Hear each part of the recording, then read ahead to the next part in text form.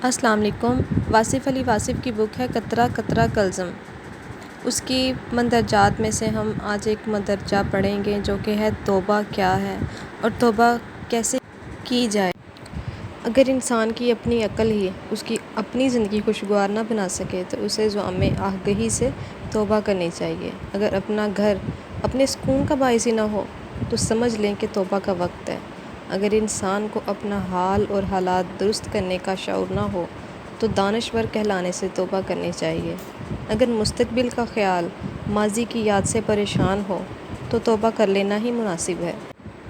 اگر انسان کو تلاش کے باوجود ہمیشہ غلط رہبر یا رہنما ملے تو اسے اپنی اطاعت شعاری کے دعویٰ سے توبہ کرنی چاہیے۔ اگر انسان اپنے آپ کو غم، پریشانی، غریبی، غریب الوطنی یا موت سے نہ بچا سکے تو اسے اپنے خود مختار ہونے کے بیان سے توبہ کرنی چاہیے۔ اگر انسان ایک ہی پتھر سے 2 دفعہ ٹھوکر کھائے تو اسے صحیح روی کی ضد سے توبہ کرنی چاہیے۔ اگر انسان اپنی جوانی اور روپ سے پریشان ہو تو اسے اپنے بناؤ سنگار سے توبہ کرنی چاہیے۔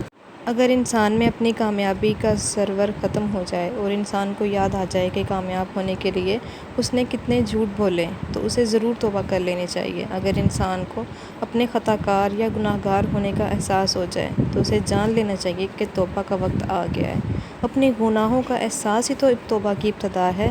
اگر گناہ کا کوئی گواہ ہی نہ ہو تو توبہ تنہائی میں ہونی چاہیے، اور اگر گناہ پوری قوم کے سامنے سرزد ہوا ہو تو توبہ بھی پوری قوم کے سامنے ہی ہونی چاہیے۔ دراصل توبہ کا خیال خود بختی کی علامت ہے۔ جو اپنے گناہ کو گناہ نہ سمجھے وہ بدقسمت ہے۔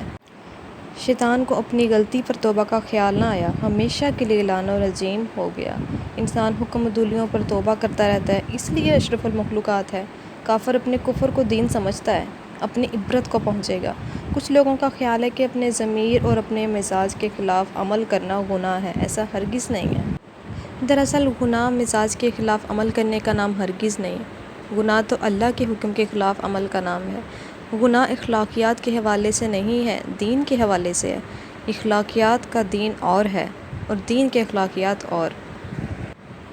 سچ بولنا اخلاقی فریضہ بھی ہے اور دینی بھی، لیکن دین نے ایسی صداقتیں بھی بیان کی ہیں جو اخلاقی صداقتوں سے بہت مختلف اور ماوراء ہیں۔ اللہ، فرشتے، رسول، معبد اور روح ایسی صداقتیں ہیں جنہیں اخلاقیات سمجھنے سے قاصر ہیں۔ اخلاقیات انسانوں کے بنائے ہوئے ضابطہ حیات کا نام ہے اور دین اللہ کے عطا کیے ہوئے ضابطہ حیات کا نام ہے۔ گناہ اللہ کے فرمان سے انکار کا نام ہے۔ ایک پیغمبر اور اخلاقی مفکر میں فرق صرف یہی ہے کہ پیغمبر کسی اور دنیا کی صداقت بیان کرتا ہے جبکہ مفکر اسی دنیا اور اسی معاشرے کی اصلاح کی بات کرتا ہے۔ اخلاقیات دین کا حصہ ہے لیکن دینیات اخلاقیات سے بہت بلند ہے۔ یوں کہہ سکتے ہیں کہ دینیات اخلاقیات اور الہیات کے مجموعے کا نام ہے۔ بہرحال توبہ اپنی پسند و ناپسند کے حوالے سے نہیں، یہ اللہ کی پسند و ناپسند کے حوالے سے ہے۔ ہم اس شے سے توبہ کرتے ہیں جو ہمارے عمل میں اللہ کا ناپسند کا باعث ہو۔ اس میں برائی بھی شامل ہو سکتی ہے اور وہ عبادت بھی جسے ریاکاری کہا جاتا ہے، اور وہ منافقت بھی جسے فیشن کے طور پر اختیار کیا جاتا ہے۔ ہمارا ہر وہ عمل جو اللہ کو ناپسند ہو گناہ ہے، اور ایسے عمل سے توبہ کرنا ہی عذاب سے بچنے کا بہترین ذریعہ ہے۔ اللہ اور انسان کے مزاج میں بڑا فرق ہے۔ خالق اور مخلوق کے درجات کے علاوہ بھی فرق ہے۔ اگر تھوڑی دیر کے لیے کسی ملا کو دنیا کی خدائی دے دی جائے تو وہ اس دنیا میں کیا کیا تبدیلیاں کر دے گا، کبھی سوچا ہے؟ کافروں کو نیست و نابود کر دے گا، یہودیوں کو فی النار کر دے گا، غیر اسلامی معاشروں کو تباہ کر دے گا، غرض یہ کہ اس دنیا کو اپنے جیسا مسلمان کر دے گا۔ یہ انسان کی خدائی ہوگی۔ اللہ کی خدائی وہ ہے جو ہے۔ اللہ کے ہاں پسندیدہ دین اسلام ہی ہے، لیکن کافروں کو پیدا کرنا، انہیں طاقت اور قوت دیتے رہنا، مسلمانوں کی جو حالت ہے اسے خاموشی سے دیکھتے رہنا اللہ ہی کا کام ہے۔ انسان اور خدا کے عمل میں جو فرق ہے اس پر غور کرنا چاہیے۔ ہماری جو مرضی اللہ کے علاوہ ہے غلطی ہو سکتی ہے، اور اس غلطی سے توبہ کرنا لازم ہے۔ ہم اپنے لیے ایک زندگی چاہتے ہیں، ایک انداز کی زندگی۔ اللہ ہمارے لیے ایک زندگی چاہتا ہے اور ایک اور انداز کی زندگی۔ اگر ان دونوں میں فرق ہے تو غلطی موجود ہے۔ اللہ کی پسند کے علاوہ کسی انداز کی زندگی کو پسند کرنا گناہ ہے، اسے توبہ کرنا ضروری ہے۔ پیغمبر خطا سے معصوم ہوتا ہے، کسی پیغمبر کا استغفار پڑھنا عجب ہے۔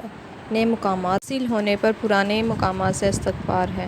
عروج کی منزل استغفار اور الحمد کی منزل ہے، نئی بلندی کا شکر اور پہلے درجے پر استغفار۔ مطلب یہ ہوا کہ ایک مکمل نیک اور وحی الہی کے مطابق چلنے والی زندگی کے لیے بھی استغفار کا عمل منشاء الہی کے عین مطابق ہے۔ توبہ اللہ کی رضا کا حصول ہے۔ بار بار غلطی کرنے اور بار بار توبہ کرنے کے بارے میں اکثر پوچھا جاتا ہے، اگر انسان کو گناہ سے شرمندگی نہیں تو توبہ سے کیا شرمندگی؟ توبہ کا عمل ترک نہ ہونا چاہیے۔ اگر انسان کو موت آ جائے تو اسے حالت گناہ میں نہ آئے بلکہ حالت توبہ میں آئے، اور کچھ خبر نہیں موت کس وقت آ جائے۔ گناہ کا احساس پیدا ہو جائے تو گناہ سے نفرت ضرور پیدا ہوگی۔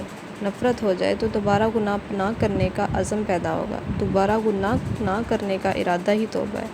اللہ کو گواہ بنا کر اپنی غلطی پر معذرت اور آئندہ ایسی غلطی نہ کرنے کا وعدہ توبہ کہلاتا ہے۔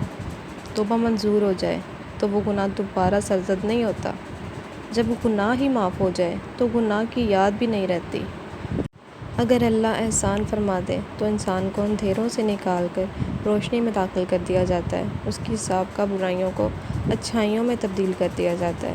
اللہ توبہ کرنے والوں پر بڑا مہربان ہوتا ہے۔ آدم نے توبہ کی، انہیں خلافت ارضی کا تاج پہنا دیا گیا۔ یونس نے توبہ کی، انہیں نجات ملی۔ ہر توبہ کرنے والے کو اللہ نے اپنا قرب عطا فرمایا۔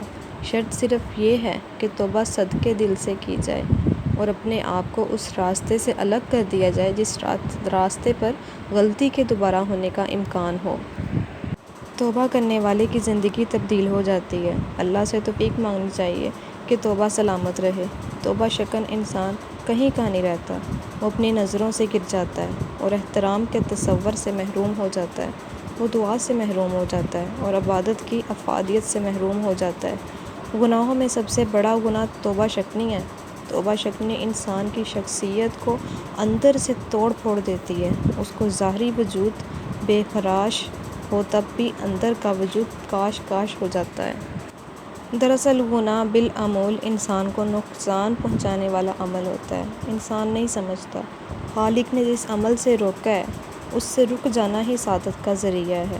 ادب کی دنیا میں اگر مصنف ایسی کتاب تحریر کرے جس کے قاری میں گناہ کی رغبت یا میلان پیدا ہو جائے تو ایسی تخلیق گناہ ہی کہلائے گی۔ ایسے گناہ سے توبہ کرنا لازم ہے۔ مصنف کا عمل تصنیف ہے اور یہ عمل خیر یا شر کے باب میں اپنا انجام ضرور دیکھے گا۔ گناہوں پر اکسانے والے کا انجام گناہ گار کے انجام سے زیادہ خطرناک ہوگا۔ نیکی پر گامزن کرنے کا عمل نیک اعمال میں سے زیادہ مستحسن عمل ہے۔ ادیب مر جاتا ہے، ادب زندہ رہتا ہے اور ادیب اپنی تاثیر پیدا کرتا رہتا ہے۔ تاثیر پیدا کرنے والا مرنے کے بعد بھی اپنے نامہ اعمال میں اپنے قاری کی نیکی بدی کے حوالے سے اضافہ کرتا ہے۔ جس نے جتنے زیادہ لوگوں کو نیک بنایا اس نے اتنا ہی زیادہ انعام ملے گا۔ مصنف کو اپنی گناہ ساز اور گناہ پرور تصانیف سے توبہ کرنی چاہیے۔ اگر توبہ قبول ہو گئی تو اسے نیک تصانیف کا شعور عطا ہوگا جس سے وہ ہر آنے والے دور سے دعائیں حاصل کرے گا۔ آنے والے زمانوں کی دعائیں یا بد دعائیں جانے والے انسان کے لیے بڑی تاثیر رکھتی ہیں۔ نیت کا گناہ نیت کی توبہ سے معاف ہو جاتا ہے، عمل کا گناہ عمل کی توبہ سے دور ہوتا ہے، تحریر کا گناہ تحریر کی توبہ سے ختم ہو جاتا ہے۔ جس ڈگری کا گناہ ہوگا اسی ڈگری سے توبہ کرنی چاہیے۔ صاحب تاثیر کی تحریر اس کے نامہ اعمال میں بھی رکھی جائے گی۔ جس انسان کو جو دولت عطا ہوئی ہے اس کے باعث پرس ہوگی۔ الفاظ کی دولت حاصل کرنے والوں سے ضرور اس دولت کے استعمال کے بارے میں پوچھا جائے گا۔ اگر نصیب یاوری کرے تو اپنے تحریر کو اپنی نیکیوں میں اضافے کے لیے استعمال کر لیا جائے۔ گزشتہ پر توبہ کا مدعا ہی یہی ہے کہ آئندہ اپنے الفاظ کے استعمال کو اپنے اعمال کے آئینے میں دیکھا جائے۔ انسان کا پیشہ سیاست ہو یا وکالت، تعلیم ہو یا کاروبار، الفاظ کا استعمال عمل کے میزان میں ضرور دیکھا جائے گا۔ جو انسان جتنا مؤثر ہوگا اس کا گناہ اتنا ہی بڑا ہوگا۔ ہم اپنے گناہوں کو اپنے حلقہ تاثیر میں سند بنا لیتے ہیں اور یوں ہی ہم زیادہ سزا کے مستحق ہو جاتے ہیں۔ اگر توبہ برملا نہ ہو تو برملا گناہ نہیں ہوتا۔ جتنے بڑے ہجوم میں جھوٹ بولا گیا ہو اتنا بڑا جھوٹ ہوتا ہے اور اس کے لیے اتنی ہی بڑی سزا ہے۔ اس سے نجات کا واحد راستہ یہ ہے کہ اتنے بڑے ہجوم میں توبہ کی جائے یا آئندہ ہجوم کے سامنے آنے سے توبہ کی جائے۔ اس کے ساتھ ہی ہمارا یہ مندرجہ کمپلیٹ ہوا۔ انشاءاللہ کل کسی اچھے ٹاپک پہ ڈسکس کریں گے۔ مجھے کمنٹ سیکشن میں آپ لوگ ضرور بتائیں کہ آپ لوگ کس طرح کی ویڈیوز اور کس طرح کے مندرجات سننا چاہتے ہیں۔ آپ لوگوں کا بہت شکریہ۔ اللہ حافظ۔